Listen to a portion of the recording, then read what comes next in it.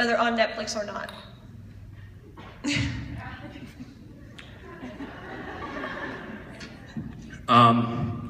House of Cards.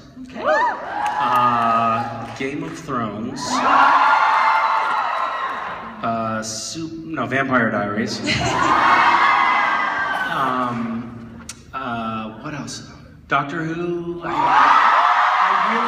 I really like Doctor Who, but I've watched episodes kind of weirdly, sporadically, and not as a continuous through line. So that's bad. That's confusing. I'm getting a lot of very judgmental. Sherlock, I have been binge watched.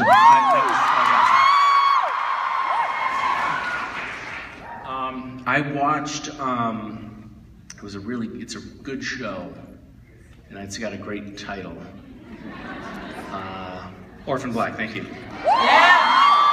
That was very impressive. One person was like, "It's Orphan Black." So I watched the first two seasons, I think, in a very bingey sort of way, but then I've fallen behind on that. Watching TV in our house is hard because I just don't have a lot of time, it feels like, and I do weird things about TV, like I put it in my schedule, watch TV. Understandable. And then like TV time rolls around and I don't do it, and I feel like, I messed up, I didn't do my have-tos. I fall behind on Supernatural sometimes.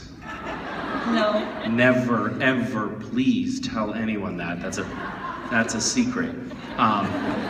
But it's little small children make it challenging to do anything, and then traveling and whatnot also make it difficult.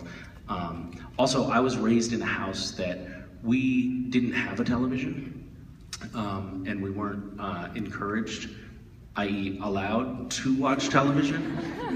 So the part of your brain that forms when you watch television didn't form for me. So I don't have a lot of attention, generally speaking, for television. I can't do more than like an hour at a time, and I'm done. So it takes me a while to watch stuff.